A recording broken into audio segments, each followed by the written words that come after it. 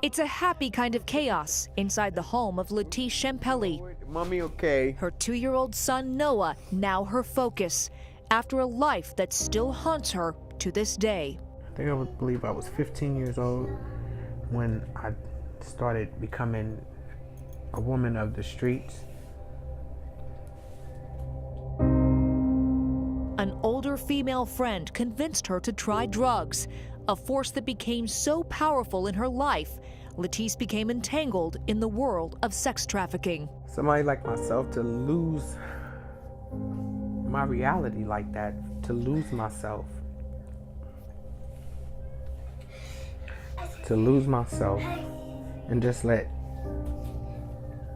people do me that way. Like, just use me and abuse me and hurt me and beat me and call me names and all that stuff. It hurts. For years, she endured severe physical, sexual, and emotional abuse until she didn't even recognize herself. She made it out and sought treatment, now 3.5 years clean. When you finally make it out, it's like I'm free. Latish knows the reality of human trafficking. It could happen to you, it could happen to your kids. Human trafficking is the illegal exploitation of a person, different from human smuggling, which is the illegal movement of someone across a border. Human trafficking is happening everywhere, including Ohio. It can happen to anyone, no matter their race, age, or gender. Human trafficking is modern-day slavery. State Representative Teresa Fetter has made it her mission to raise awareness and help victims of human trafficking in all its forms here in Ohio, including sex trafficking and forced labor. They lost their freedom.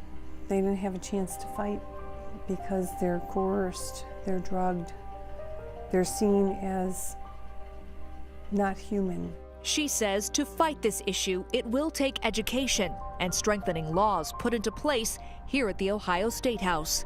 That's why she's currently working to increase penalties for traffickers, specifically those caught trafficking 16 and 17-year-olds. Ohio is failing our children in that age group. Why? Because the age of consent is applied for penalties, which is absolutely wrong and ridiculous. Also on the front lines of combating human trafficking, the Ohio State Highway Patrol, and they're calling in reinforcements. Truckers. There are eyes and ears out there. Sergeant Isaac Saunders says the truckers traveling our roadways every day can offer a wider view of what's happening in our state. Some of these human trafficking or labor trafficking offenses are taking place or in larger rest areas, larger truck stops, and obviously they're the ones that frequent those truck stops the most.